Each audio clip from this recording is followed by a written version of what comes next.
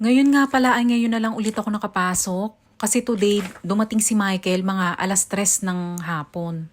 Etong kinuha ko ay shopping and delivery. Kaso wala na nga sila. Naubos na. So sa nagtatanong, ganito kung papaano.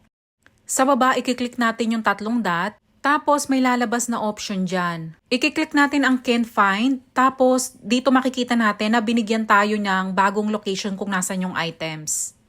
Noong pinuntahan natin yung items, nasa gitna pala to ng aisle. So eto, nandito siya.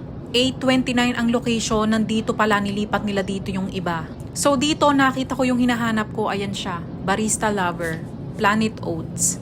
Pero kapag wala pa rin sa location na tinuturo nila, ipipindutin mo ulit yung 3 dot na yon. Tapos may isa-suggest ang Spark app na pwedeng ibang brand or ibang flavor. Itong order na to madali lang kasi 19 items siya, pero yung bawat isang item, maramihan. May nagtatanong nga pala paano yung pagbabayad. Click natin ang Start Self-Checkout tapos scan QR code. Sa self-checkout, itututok mo lang siya dyan sa QR code na yan. And then proceed, lalabas na agad yung resibo ng customer.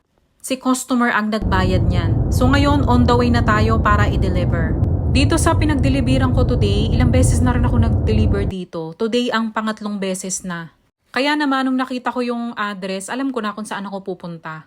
At itong pinag-deliveran natin ay maliit siya na coffee shop.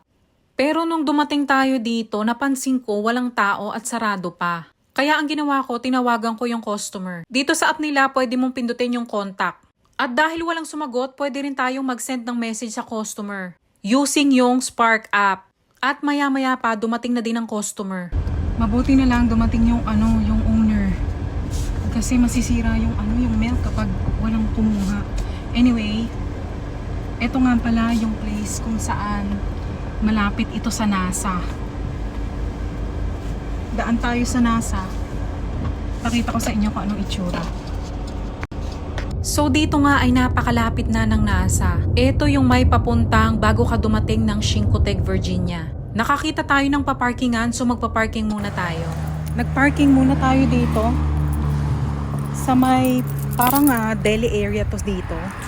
Pero ang kabilang nito, ayan NASA. Sa makikita natin, nandito yung sign ng NASA. Ang meaning ng NASA ay National Aeronautic and Space Administration. At ito ay located sa Wallops Island, Virginia, USA. Sa makikita natin dito pa lang sa labas ay makikita mo napakalaki ng bakod nila. Hanggang sa natatanaw mo, yan ay loob pa rin ng NASA. Last year, pumunta rin kami dito kasi nga magpapalipad din sila ng rockets. Pero every time na pupunta kami, 3 beses kaming pumunta, lagi naman nakakancel. Tumambay lang kami dyan sa may Royal Farm sa kabilang side ng kalsada. At dito nga ay bawal ka rin talagang pumasok kasi yan ay restricted area na. Pag nakikita ko tong NASA, ang pumapasok sa isip ko, yung mga tao siguro dito, napaka-genius. Kapag nakatayo ka dito ay hindi mo makikita yung dulo ng bakod nila kasi sobrang laki.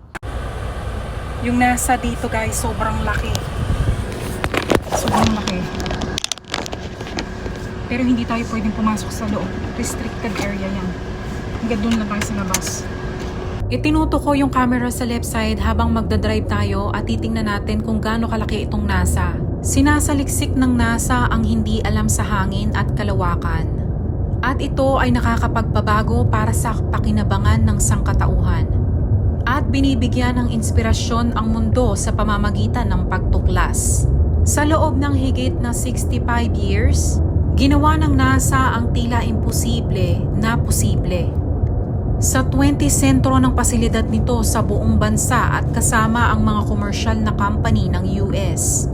At mga international na kasosyo, nangunguna ang NASA sa pag-aaral ng Earth Science kabilang ang klima, ang ating araw, solar system, at ang malaking universe. Nagsasagawa sila ng makabagong pananaliksik upang isulong ang teknolohiya at aeronautics. Pinapatakbo nito ang nangungunang laboratory sa kalawakan sa mundo, ang International Space Station, at magtatatag ng isang mapanatili at malakas na presensya sa paggalugad sa buwan ngayong dekada sa pamamagitan ng kumpanyang Artemis. So dito nga ay nakikita tayo ng paparkingan sa may kalsada lang at ganito kalaki yung nasa dito.